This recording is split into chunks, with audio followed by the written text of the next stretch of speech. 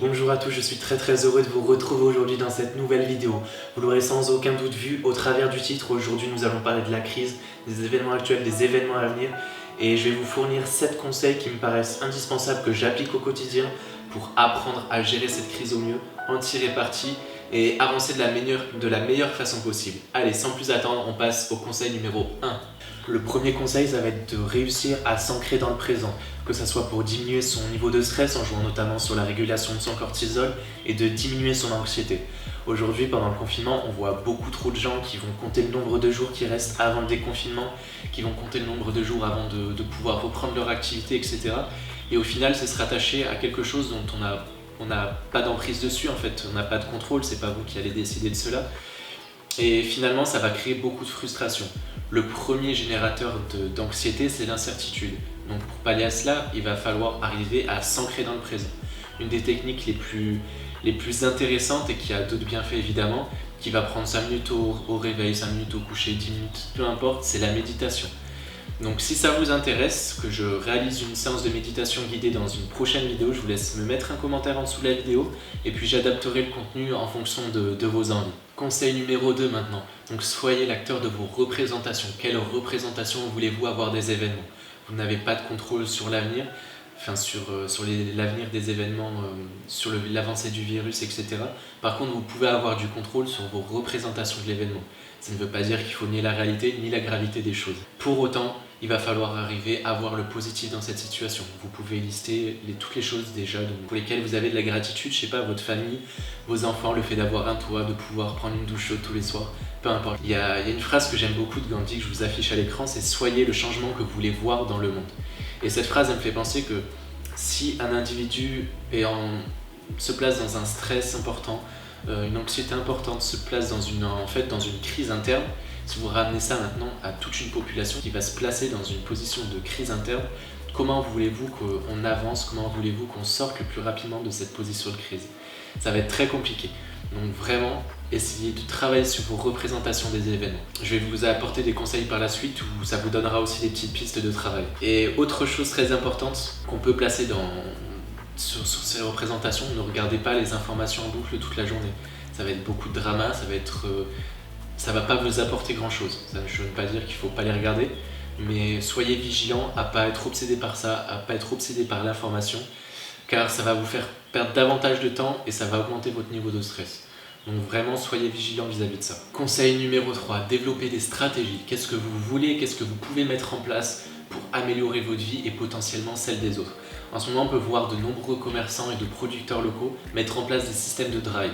Ça va ancrer des habitudes chez certains consommateurs, même ramener de nouveaux consommateurs, favoriser les circuits courts, etc.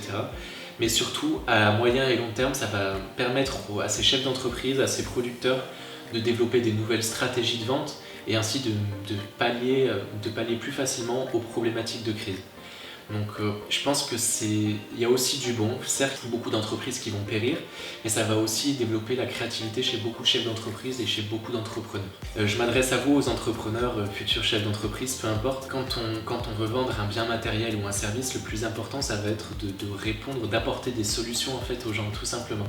Et par exemple en sport en ce moment, dans mon domaine, j'ai produit plusieurs vidéos là, que vous pouvez trouver sur la chaîne ou sur mes réseaux sociaux pour permettre aux gens de pallier à la sédentarité par exemple.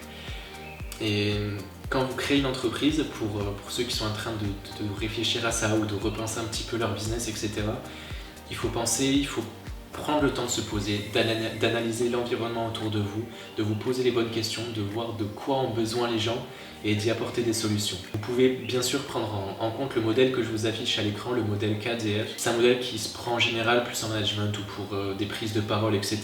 Et ça va être fondamental si vous voulez d'être à l'écoute des gens, si vous voulez prospérer et si vous voulez aider les autres. Conseil numéro 4, développer son savoir, que ce soit dans un nouveau domaine ou dans vos domaines d'expertise.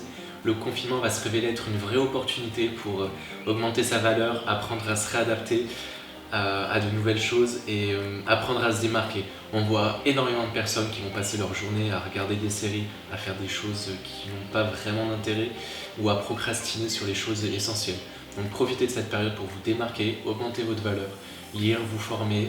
On a de la chance d'avoir des super outils avec internet aujourd'hui pour pouvoir suivre des formations en ligne, apprendre, etc.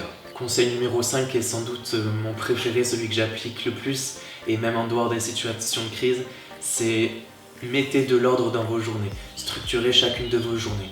Rien de plus frustrant, de moins stimulant et de plus dangereux que de s'endormir le soir sans savoir ce qu'on va faire demain, sans avoir de mission à accomplir le lendemain. Donc organisez vos semaines en fonction d'objectifs, organisez vos journées en réalisant les tâches les moins sexy, enfin les moins sympas à faire en début de journée, et organisez aussi vos sessions de travail. Donc par exemple en session de 45 minutes, je prends 45 minutes, je chronomètre, je prends 5 minutes de pause, je recommence et ainsi de suite. Sur toutes vos sessions de travail, mettez-vous dans un endroit propice au travail. Ne travaillez pas sur votre lit, essayez de vous mettre, je sais pas, sur une table, sur un bureau, peu importe. Et désactivez aussi toutes les notifications. C'est important de faire des sessions qui sont assez courtes parce que votre attention elle va rapidement changer d'orientation au fil du temps. Mais vraiment, c'est en cours où vous travaillez, vous devez mettre toutes vos chances de votre côté pour être productif. Donc chronométrez-vous et désactivez toutes les notifications. Autre chose très très importante, pour ceux qui vont reprendre le travail après le confinement, c'est le sommeil. Durant cette période, on observe chez beaucoup de personnes des problématiques au niveau du cycle du sommeil, etc. Donc vraiment, imposez-vous une alarme le soir et le matin tôt pour garder une certaine routine, garder un certain rythme. Parce que sinon, quand vous allez reprendre le travail, déjà vous aurez sans doute beaucoup plus de stress, beaucoup plus de pression de la part de votre hiérarchie, beaucoup plus de stress venant de la société avec les événements actuels. Et vous allez très rapidement vous placer dans une position de burn-out, d'épuisement, placer votre corps dans un état de stress, que ce soit physiologique, psychologique.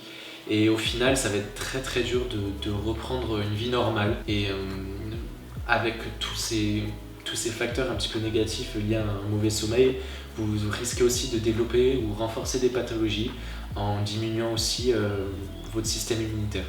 Donc mettez de la structure dans ce que vous faites, dans vos journées, dans vos semaines et également dans votre sommeil. Donc du matin au soir, au lendemain, peu importe, mettez de la structure dans tout ce que vous faites. Conseil numéro 6, prenez du temps aussi pour renforcer ou recréer des liens sociaux avec vos proches. C'est primordial pour réguler votre stress et jouer aussi sur votre niveau de bien-être. C'est évidemment plus compliqué quand on est renfermé chez soi. Par exemple, moi je ne suis pas confiné avec ma chérie et pour autant on a téléchargé des jeux sur smartphone en multijoueur où chaque jour on profite d'une routine tous les soirs. On va jouer un petit peu, on va partager des moments ensemble et je pense que c'est vraiment important. Si vous êtes en famille, c'est encore mieux. Fixez-vous un rendez-vous quotidien où vous allez partager une activité tous ensemble, que ce soit de la cuisine, une activité sportive, des jeux de société, peu importe, mais se retrouver autour d'un moment, de partager un moment ensemble, et je pense que c'est vraiment essentiel. Dernier conseil, ça va être de garder ou de retrouver une activité physique. C'est mon domaine, donc je vais pouvoir vous en parler un petit peu rapidement. La sédentarité a été reconnue comme maladie depuis les années 50 et elle fait des milliers de morts chaque année, surtout dans les pays occidentaux. Et en cette période de confinement, les gens vont rester beaucoup plus longtemps allongés, beaucoup plus longtemps assis, à travailler ou à se divertir, peu importe. Ils vont pas pouvoir se déplacer autant qu'en dehors de cette période. Et au final, l'activité physique va être vraiment primordiale, que ce soit pour votre contrôle postural, votre système musculaire, votre système cardiovasculaire, pour améliorer votre bien-être, votre longévité.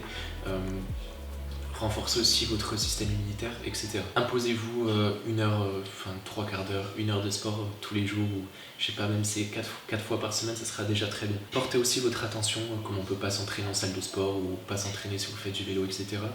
Sur un travail plus qualitatif, sur des composantes que vous n'avez pas l'habitude de travailler au quotidien, ou que vous n'avez pas l'habitude de travailler assez régulièrement tout le reste de l'année. Donc je pense au gainage fonctionnel, au travail de mobilité, au travail d'étirement, qui sont fondamentaux, que ce soit en prévention des blessures, mais aussi pour la performance. Donc concentrez-vous là-dessus. Je m'adresse surtout aux athlètes de haut niveau pour ce travail. Donc faites de l'activité, bougez-vous. Ça ne veut pas dire qu'il faut faire 5 séances par jour, faire du HIIT et des choses très intenses. Non, ça a été d'ailleurs démontré que ça serait pas très intéressant au vu du contexte actuel, mais gardez quand même une activité physique assez modérée. Je vous ai à présent présenté mes 7 conseils qui me paraissent fondamentaux et indispensables que je mets en place au quotidien pendant cette période, mais aussi dans toutes les périodes de crise en général. Je vous attends dans la section commentaires pour me partager un petit peu vos astuces personnelles pour optimiser ce confinement, optimiser les périodes de crise en général. Et si aujourd'hui cette vidéo vous a plu, n'hésitez pas à mettre un like, à la commenter et à la partager autour de vous pour impacter de manière positive l'énergie d'un maximum de personnes. On se retrouve dans une très prochaine vidéo. En attendant, prenez soin de vous. On se dit à la prochaine. Ciao ciao.